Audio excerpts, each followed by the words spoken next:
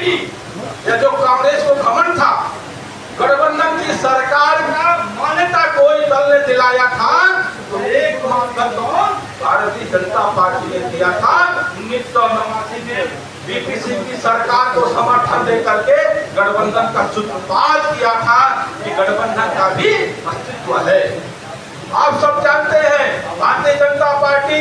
89 से 84 से हमारी यात्रा शुरू हुई, यूं कहिए 1991 से हमारी यात्रा शुरू हुई। आज भारतीय जनता पार्टी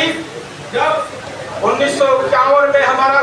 चुनाव होता है लोकसभा का, हम पूरे देश में 116 सांसद जीत करके एक मुख्य विपक्ष के भूमिका में एक परिवारवाद को चोट पहुंचाने का उस समय विपक्ष के नेता मान पूज्य अटल बिहारी वाजपेयी जी ने वह मोर्चा लिया। आप सब जानते हैं कि भाजपा, मैं क्यों कह रहा हूं, ये इतिहास में इसलिए बता रहा हूं, भारतीय राजनीति में जनसंघ की आवश्यकता क्यों पड़ी। भारतीय जनता पार्टी आगे कोई ये नहीं कर सकता कि राष्ट्रीय अध्यक्ष का बेटा राष्ट्रीय अध्यक्ष हो जाए, कोई ये नहीं कर सकता प्रधानमंत्री का बेटा प्रधानमंत्री हो जाए, कोई ये नहीं कर सकता कि मुख्यमंत्री का बेटा मुख्यमंत्री हो जाए। ऐसा भारतीय राजनीति में कोई परिवर्तन लाया है, कौन लाया है? अकेले मात्र पार्टी भारतीय जनता पार्टी लाया है। और तो पूज्य अटल बिहारी वाजपेयी जी 1998 में 3 बार लगातार सरकार, चाहे 13 दिन का हो, चाहे 1998 में 13 दिन महीने का हो, चाहे 5 साल का हो 1999, उस समय योजना की चर्चा नहीं करूंगा, इसलिए कि हमारे आदरणीय रमेश मिश्रा जी उस पर भाजपा की सरकार, केंद्र सरकार, प्रदेश सरकार की उपलब्धि में चर्चा करेंगे, उस विषय को मैं करता ही नहीं टच करूंगा। लेकिन मैं कह सकता हूं कि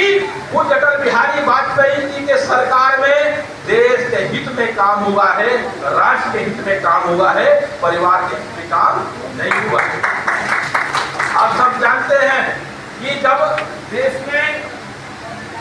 हमारी सरकार